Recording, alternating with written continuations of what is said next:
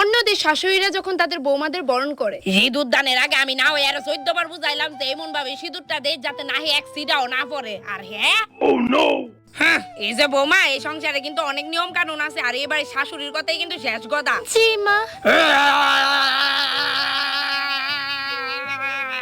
আর স্বামীরও কিন্তু সব কথা শুনে চলন লাগবে, বুঝছো? হ্যাঁ বুঝছি মা। আর এই যে শুনো না, কিছু কিছু আমার বৌমাটি শাশুড়িদের লোকে মুহ তর্ক করে, তা নাই কিন্তু আগে দিয়ে গোয়া রেখে দেয়।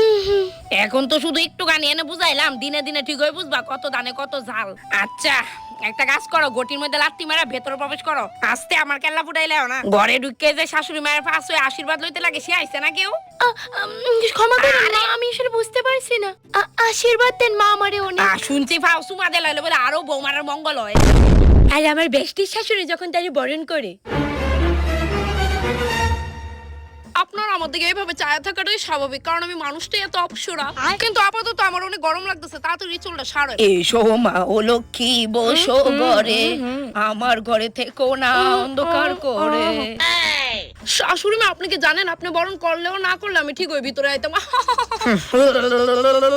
Nice breath. থ্যাংক ইউ শাশুড়ি মা, আজকে থেকে আপনি আপনার খারাপ দিন দি গণবেন। গীতা গটিটার মধ্যে লাত মাইরা ঘরে প্রবেশ করো। আরে ধুরো শাশুড়ি মা, এটা গটিত লাত্তি তো সবাই দেয়, আমরা না হয়ে কিছু নতুন করি, আপনি এখানে বন। আরে শাশুড়ি মা, আপনার নাকটা ফুলা দিছে কেন? ডরায়েন না। আচ্ছা নেন, কইতাছে গটিত লাত্তি দেওয়ার পর কি আশীর্বাদ নিয়ন লাগে? ও আশীর্বাদ নিয়ন লাগে তো? ও আচ্ছা নেন, সমস্যা নাই।